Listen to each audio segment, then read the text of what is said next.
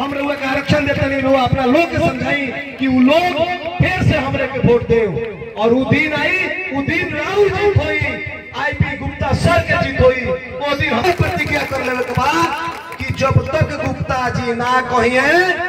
तन कोनो आयरू गड़ू चमचा सन के चक्कर में कहीं नहीं के जाए के कोनो भाषण में कोनो सभा में वो बहुरुपिया तरह तरह के दिमाग लगा के हमनी के लोग के भरमावे के चक्कर में लागल बने लेकिन रोवा लोग वो बाकाओ ना लेके आवे के और वो दिन के इंतजार करे के बाद कि जब आईपी गुप्ता सर इशारा कर दे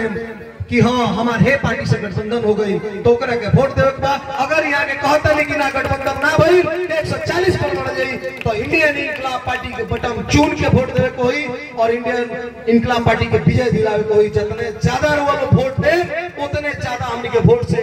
अपन लोग जीती और अपन आरक्षण जल्दी से जल्दी लेके आई। बहुत बहुत धन्यवाद।